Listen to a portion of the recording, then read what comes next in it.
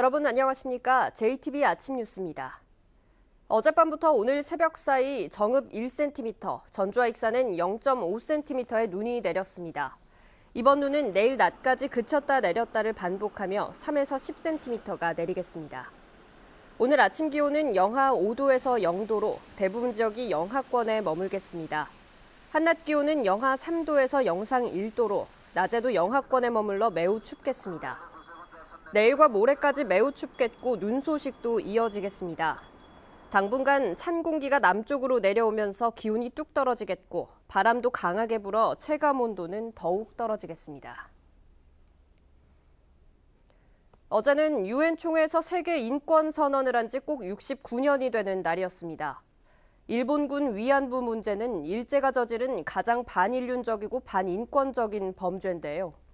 세계 인권 선언일에 맞춰 이런 위안부 피해자들의 아픔을 형상화한 평화의 소녀상이 전주에서 시내버스에 올랐습니다. 이승환 기자입니다. 분홍색 털모자와 목도리를 따뜻하게 두르고 차가운 맨발에는 버선도 신었습니다. 평화의 소녀상이 시내버스에 오르자 시민들은 손을 어루만지고 벗겨졌던 모자도 정성스레 씌워줍니다. 우리는 지금 편안하게 살고 있잖아요. 이런 저기를 안 겪었잖아요. 그러니 마음이 아프죠. 인간의 존엄성을 무참하게 짓밟았던 일제 전쟁 범죄. 소녀상은 피해자들이 평생 안고 살아야 했던 고통을 생생하게 전합니다. 그냥 일상에서 지내다 보면 잊기 쉬운데 이렇게 마주하면 좀 더 저희가 인식하고 자각할 수 있는 좋은 기회가 될 것 같아요. 전주 평화의 소녀상 건립시민추진위원회는 세계 인권선언 69주년을 맞아 위안부 할머니들의 아픔을 기억하고 명예를 회복하기 위해 이 행사를 기획했습니다. 평화의 소녀상은 박근혜 정부가 한일 위안부 합의를 한 지 만 2년이 되는 오는 28일까지 전주 1000번 시내버스에서 시민들을 만납니다.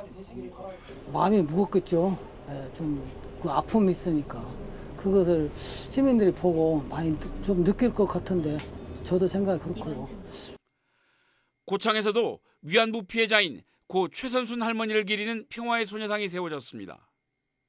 이 자리에는 위안부를 다룬 영화 귀향의 모티브가 된 강일출 할머니도 함께했습니다. 평화의 소녀상은 말이 없지만 후손들에게 일제의 만행을 용서는 하되 결코 잊어서는 안 된다는 무언의 웅변을 전하고 있습니다. JTB 뉴스 이승환입니다. 전라북도가 많은 일자리를 창출하겠다며 3년 전 야심차게 준비한 혁신형 기술 창업이 말뿐에 그치고 있습니다. 교육에 참여한 뒤 창업한 업체들을 살펴보니 혁신형 창업은 거의 없고 기존의 생계형 창업이 많아 사업의 차별성이 떨어집니다. 김철 기자입니다. 전라북도가 최근 3년 동안 혁신형 창업기업 양성에 쓴 예산은 27억 원이 넘습니다. 부가가치가 큰 기술과 지식 서비스를 기반으로 창업 교육과 사업화를 지원한다는 취지였습니다.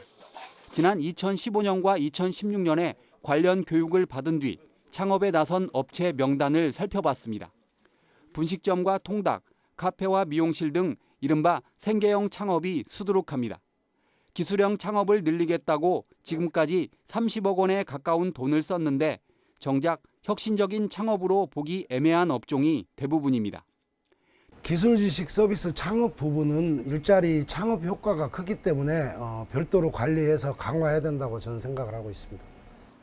지난 2015년에 혁신형 창업을 목표로 야심차게 출발한 터라 예산 낭비 논란이 커지고 있습니다. 창업은 저희도 부가가치가 높은 기술형 창업을 많이 해야 된다고 생각을 하고요. 기술형 창업이 더 중시가 되고 또 지원이 되도록 그런 방향으로 노력을 하겠습니다. 창업기업 양성 프로젝트가 3년째 별다른 성과를 내지 못함에 따라 일자리 예산 지원에 대한 진지한 고민이 시급해 보입니다. JTB 뉴스 김철우입니다. 전북교육청에서 시 외곽으로 빠지는 쑥고갯길이 출퇴근 때마다 심한 몸살을 앓고 있습니다. 효천지구에 입주가 시작되면 교통량이 크게 늘어나지만 도로 확장 예산은 턱없이 부족합니다. 보도에 정원익 기자입니다. 출근길 차량들이 꼬리를 물고 늘어서 있습니다. 김제, 정읍등지로 나가는 차량이 한꺼번에 몰리면서 출퇴근 때마다 거북이 운행이 되풀이되고 있습니다. 차로가 2차로밖에 되지 않아서 교통사고라도 발생하면 정체는 더욱 심해집니다. 3차로에서 2차로로 좁아지는 구간에서는 병목 현상으로 극심한 혼잡을 빚고 있습니다. 겁나게 막히잖아요 지금. 말도 못하게 막혀 이게. 저쪽 어디요 그 비전대 들어가는 거기서부터 막히기 시작하면은 눈이나 비 조금 오면 난리가 나요 여기가. 2019년 하반기부터 효천지구에 아파트 입주가 시작되면 교통량은 더 늘어나기 때문에 도로폭을 넓히는 것은 더 이상 늦출 수 없습니다. 출퇴근 시간하고 주말에는 엄청나죠. 한 3차선 정도로 빨리 개통이 됐으면 좀 바람이죠. 하지만 전주시의 내년도 예산안에는 설계비로 5억 원만 반영돼 있을 뿐입니다. 수정 예산에서 한 5억 정도 확보가 되면은 설계 내지 기본계획 타당성이 오고 실시 설계 할 예정으로 있고요. 2km 구간의 도로폭을 18m에서 35m로 확장하려면 300억 원의 예산이 필요하기 때문에 적극적인 예산 투자 없이는 효천지구의 교통 대란은 피하기 어렵습니다. JTB 뉴스 정원익입니다.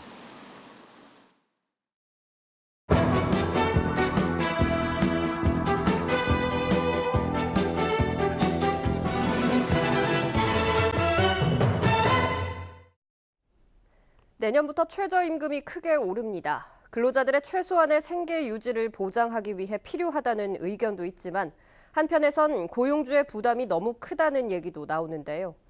인력 부족과 인건비 상승에 시달리고 있는 농촌에서도 부담이 너무 크다는 호소가 이어지고 있습니다. 송창용 기자입니다. 지난 2010년 귀농에 딸기 농사를 짓고 있는 박원희 씨. 박 씨는 요즘 내년 최저임금 인상 소식에 잠을 못 이루고 있습니다. 지난해부터 외국인 근로자 2명을 구해 농사를 짓고 있는데 이들에게 지급해야 하는 인건비가 한 달에 40~50만 원은 더 늘어나기 때문입니다. 딸기 값이 제자리 걸음을 하고 있는 상황에서 늘어나는 인건비에 임대료, 재료값 등을 빼면 남는 게 없습니다. 대한민국 농업인들 중에서 버틸 수 있으실 분이 과연 몇 분이나 될까 싶은 생각이 들어요. 극단적으로 말씀드리면. 정부는 내년도 최저임금을 올해보다 16.4% 오른 시간당 7,530원으로 정했습니다. 2020년에는 올해 대비 55%나 높은 만 원으로 끌어올린다는 목표입니다. 이처럼 급격한 최저임금 상승은 노동 집약적 산업인 농업 분야에도 큰 충격을 줄 수밖에 없습니다. 당장 내년에만 1인당 인건비가 지금보다 월 평균 23만 원이 오르고 2020년에는 80만 원이 오르게 됩니다. 전북 농가의 농업소득이 월 평균 82만 원에 불과한 상황에서 농사를 지을수록 적자가 날 수 있습니다. 그러나 중소기업이나 소상공인과 달리 농업 분야에는 정부의 세제 혜택이나 보조금 지원 대책이 마련되지 않고 있습니다. 국가 간의 이런 계약을 통해서든지 해가지고 최저임금의 한 70~80% 정도로 이렇게 해서 근로자의 임금을 준다고 보면 농가들도 좀 부담감이 좀 덜어질까. 전라북도의회 등 전국 시도의회에서도 최저임금 상승에 따른 농가 부담을 줄여야 한다며 정부의 대책 마련을 촉구하고 있습니다. JTB 뉴스 송창용입니다. 최저임금 문제, 이번에는 근로자 입장에서 살펴봤습니다. 최저임금 인상으로 아파트 경비원들은 일자리를 잃을 위기에 놓였습니다. 정부가 지원 대책을 발표했지만 경비원들에게는 도움이 되지 않습니다. 주혜인 기자의 보도입니다. 아파트 입구에 붙은 안내문입니다. 내년부터 최저임금이 올라 경비원 4명을 줄이는 문제를 놓고 주민투표를 실시한다는 내용입니다. 최저임금제 얘기가 나오면서부터 여기뿐만 아니라 다른 부분에서 많은 이게 논의가 되는 건줄은 알고 있었지만 제가 살고 있는 이 아파트에서 이런 일이 일어나니까 저도 이제 유심히 내용을 보게 되었는데 이런 문제를 해결하기 위해 정부는 아파트 경비원 등 자영업자들을 위한 지원 대책을 발표했습니다. 30인 미만 사업장에서 근로자의 월 보수가 190만 원 미만인 경우 1인당 13만 원을 지원한다는 내용입니다. 하지만 아파트 측은 월 보수가 190만 원을 넘는 경비원이 많아서 지원을 받을 수 있는 경비원들은 적다고 말합니다. 상여금하고 아까 연차 이거에 들어가면 넘는다. 190만 원 이상. 195만 원 준 데도 있어요. 일부 아파트에서는 경비원의 기본금만 놓고 봐도 하루에 15.5시간을 일하면 지원 기준인 190만 원을 넘는 경우도 있습니다. 고용노동부 측은 경비원만을 고려한 기준이 아니기 때문에 기준 자체를 바꾸기는 힘들다는 입장입니다. 상황은 알고 있지만 여러 가지 재정 상황과 타직종과의 형평이라든지 이런 걸 보고 여러 가지를 같이 제도를 보완해 나가는 측면으로 지금은 이제 봐야 되지 않느냐. 정부 지원 대책의 사각지대에서 근로자들이 피해를 보지 않도록 지원 방안을 경비원과 같은 직종별로 차등 적용하는 보완 대책이 필요합니다. JTB 뉴스 주혜인입니다.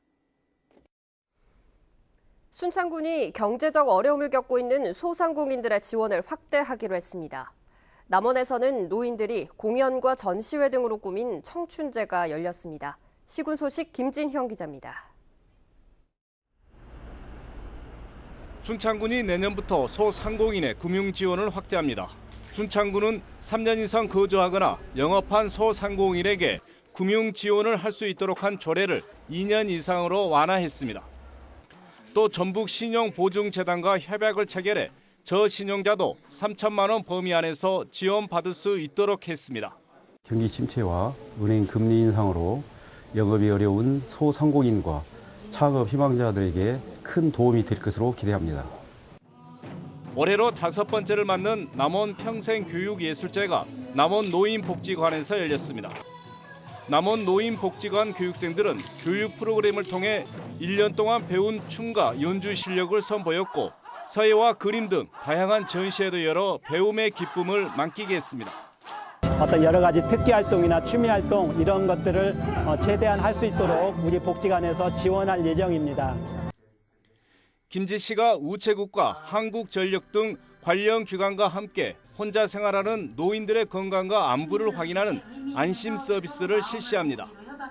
이들 기관은 우편물 전달과 정기 검침 과정에서 독거 노인들의 안부를 확인해 김재 씨에 알리게 됩니다.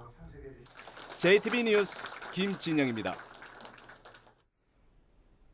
혁신도시와 만성지구를 교육특구로 묶는 방안이 추진됩니다. 국민연금공단 김성주 이사장은 혁신도시에 중학교가 2곳밖에 없어서 이전 기관 직원들의 불편이 크다며 이 민원을 해소하려면 혁신도시 교육특구를 신청한 뒤 중학교를 추가로 신설해야 한다고 밝혔습니다. 김성주 이사장은 교육부가 중학교 신설에 부정적이지만 교육특구로 지정되면 큰 문제가 없다면서 정치권과 전북혁신도시의 교육특구를 추진하겠다고 덧붙였습니다. 전주 영화의 거리에 전주국제영화제 전용 상영관 역할을 하게 될 전주 독립영화의 집이 2020년까지 건립됩니다. 전주시는 전체 400억 원의 사업비 가운데 내년에 기본계획 용역비로 5억 원의 국비가 확보됨에 따라 부지 선정과 설계 작업을 추진할 계획이라고 밝혔습니다. 전주 독립영화의 집은 독립영화와 관련된 각종 자료 보관소와 전주국제영화제의 실내외 상영관으로 사용될 예정입니다.